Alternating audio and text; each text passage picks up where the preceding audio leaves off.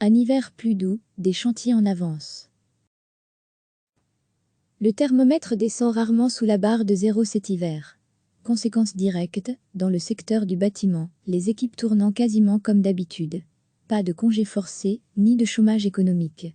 Les conditions météo ne sont pas idylliques pour autant. Le vent et la pluie nécessitent beaucoup d'attention et de flexibilité de la part des entrepreneurs. Lorsqu'il s'est lancé, il y a 10 ans, Christophe Vandembosch passait une bonne partie de l'hiver loin des chantiers, devenus impraticables à cause de la neige ou du gel.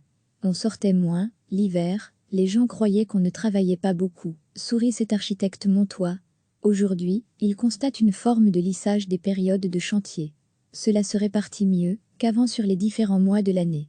On peut étaler certaines choses qui en principe ne pourraient pas être effectuées à ce moment de l'année parce qu'il fait trop froid. Des pots de béton, de joints de ciment par exemple. On peut planifier des chantiers sur une plus longue période. Lors de préparation de chantier, de devis avec ses clients, les questions de météo, d'intempéries et de retard occupent également moins les discussions. On se dit que ces soucis seront plus ponctuels. Yannick Bastin confirme. Lui est entrepreneur, à Jurbise. Il ne met plus ses équipes au repos, en plein hiver. Pour l'instant, ni grosse gelée ni épaisse couche de neige à l'horizon, on travaille. On ne se plaint pas, loin de là. Mais on ne se réjouit pas non plus, avoue l'entrepreneur. La météo est vraiment incertaine. Peu de neige, peu de gel, c'est sûr. Mais beaucoup de vent, donc beaucoup de précautions à prendre. En ce moment, une équipe s'occupe exclusivement de la sécurisation des chantiers. Ça prend beaucoup de temps, ça coûte beaucoup d'argent. Parfois, les tempêtes annoncées ne se produisent pas. En attendant, on a consacré du temps à la prévention. C'est la première fois en 8 ans que je dois autant sécuriser. La pluie, omniprésente ces dernières semaines, l'oblige aussi à une très grande flexibilité. On ne peut plus vraiment se fier aux prévisions. Alors quand le temps est trop changeant, on se réunit le matin à l'atelier, on regarde ensemble les prévisions de l'IRM pour les 3 prochaines heures. Et on envisage les possibilités. Parfois on tente le coup, on envoie une équipe sur un chantier, mais la pluie peut se déclarer alors qu'ils sont en chemin. Parfois on a du travail d'intérieur. Mais le gros de notre business, ce sont des grosses œuvres fermées, des villas, donc beaucoup de travail dehors. Faire travailler ces hommes sous la pluie, j'évite autant que possible. Je sais que d'autres le font. Moi je pense que c'est une question de respect. C'est déjà un métier difficile, alors si on force les ouvriers à travailler sous la pluie, on ne va pas maintenir l'ordre longtemps. La logistique s'apparente souvent à un casse-tête. Cela nécessite de la compréhension et de la flexibilité de la part de l'équipe aussi. Mais financièrement, les résultats sont bons, c'est la bonne nouvelle. On paie les factures, on réussit à bien s'organiser pour aborder les prochains mois sans trop de stress. Recevez chaque matin l'essentiel de l'actualité. Le thermomètre descend rarement sous la barre de 0 cet hiver. Conséquence directe, dans le secteur du bâtiment, les équipes tournant quasiment comme d'habitude. Pas de congés forcés, ni de chômage économique. Les conditions météo ne sont pas idylliques pour autant. Le vent et la pluie nécessitent beaucoup d'attention et de flexibilité de la part des entrepreneurs.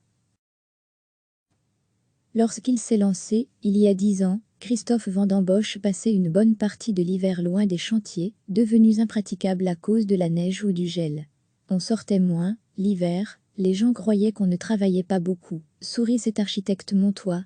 Aujourd'hui, il constate une forme de lissage des périodes de chantier. Cela se répartit mieux qu'avant sur les différents mois de l'année. On peut étaler certaines choses qui en principe ne pourraient pas être effectuées à ce moment de l'année parce qu'il fait trop froid. Des pots de béton, de joints de ciment par exemple. On peut planifier des chantiers sur une plus longue période. Lors de préparation de chantier, de devis avec ses clients, les questions de météo, d'intempéries et de retard occupent également moins les discussions. On se dit que ces soucis seront plus ponctuels. Yannick Bastin confirme. Lui est entrepreneur, à Jurbise. Il ne met plus ses équipes au repos, en plein hiver. Pour l'instant, ni grosse gelée ni épaisse couche de neige à l'horizon, on travaille. On ne se plaint pas, loin de là. Mais on ne se réjouit pas non plus, avoue l'entrepreneur. La météo est vraiment incertaine. Peu de neige, peu de gel, c'est sûr. Mais beaucoup de vent, donc beaucoup de précautions à prendre. En ce moment, une équipe s'occupe exclusivement de la sécurisation des chantiers. Ça prend beaucoup de temps, ça coûte beaucoup d'argent.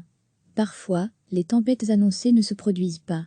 En attendant, on a consacré du temps à la prévention. C'est la première fois en 8 ans que je dois autant sécuriser. La pluie, omniprésente ces dernières semaines, l'oblige aussi à une très grande flexibilité. On ne peut plus vraiment se fier aux prévisions.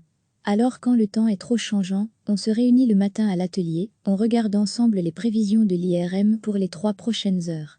Et on envisage les possibilités. Parfois on tente le coup, on envoie une équipe sur un chantier, mais la pluie peut se déclarer alors qu'ils sont en chemin. Parfois on a du travail d'intérieur. Mais le gros de notre business, ce sont des grosses œuvres fermées, des villas, donc beaucoup de travail dehors. Faire travailler ces hommes sous la pluie, j'évite autant que possible.